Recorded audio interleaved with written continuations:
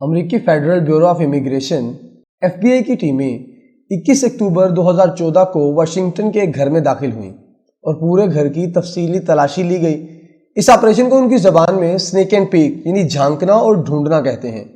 وہ اس گھر سے لاتعداد بکسے اور بیگ اپنے ساتھ لے گئے، جن کے بارے میں انہوں نے بعد میں بتایا کہ ان میں سے 20 سال پرانی امریکی خفیہ دستاویزات برآمد ہوئی ہیں۔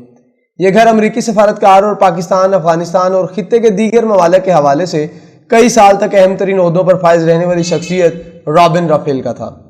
رابن رافیل پر یہ الزام تھا کہ اس نے امریکہ کے کچھ اہم راز پاکستانی حکومت کے افراد کو فراہم کیے ہیں۔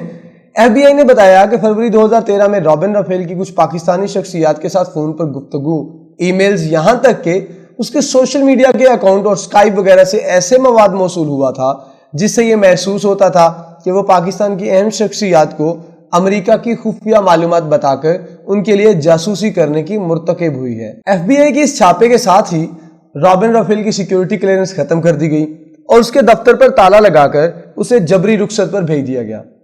اس کا امریکی دفتر خارجہ کے ساتھ کانٹریکٹ 2 نومبر 2014 کو ختم ہو رہا تھا، اسے بھی مزید نہیں بڑھایا گیا۔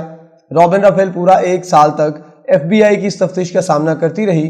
FBI والے اسے مجبور کرتے رہے کہ وہ عدالت کے سامنے اپنے اس جرم کا اقرار کر لے کہ اس نے پاکستان کے لیے جاسوسی کی ہے، کیونکہ اس کے گھر میں 20 سال پرانے خفیہ کاغذات کی موجودگی اور فون پر گفتگو کا اور کوئی جواز نہیں ہے۔ FBI نے امریکی محکمہ انصاف کو اس کے متعلق مواد فراہم کر دیا تاکہ وہ اس پر جاسوسی کے الزام میں مقدمہ آگے بڑھائے، لیکن صرف کاغذات کی موجودگی اور ٹیلی فون کی گفتگو سے زیادہ شواہد نہ مل سکے، اور 2015 میں رابن رافیل کے وکیل کو تو یہ بتا دیا گیا کہ اس پر جاسوسی کا مقدمہ نہیں چلے گا، لیکن تفتیش پھر بھی جاری رکھی گئی۔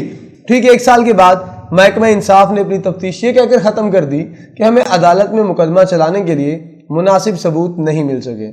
ضیاء الحق کے ساتھ طیارے میں مارے جانے والے امریکی سفیر آرنلڈ رافیل کی بیوی رابن رافیل پاکستان اور جنوبی ایشیا کے حوالے سے بہت اہم امریکی شخصیت ہے۔ اس نے اپنی نوکری کا آغاز مشہور امریکی خفیہ ایجنسی CIA کے ساتھ ایک تجزیہ کار کے طور پر کیا تھا۔ CIA میں اس کی بھرتی کی بنیادی وجہ یہ بتائی جاتی ہے کہ جب اس نے کیمبرج یونیورسٹی سے تاریخ میں اپنی ڈگری حاصل کی تو اس کے فوراً بعد وہ 1970 میں تہران کے ایک خواتین کے کالج جس کا نام دماونت کالج تھا، اس میں 2 سال تاریخ پڑھاتی رہی۔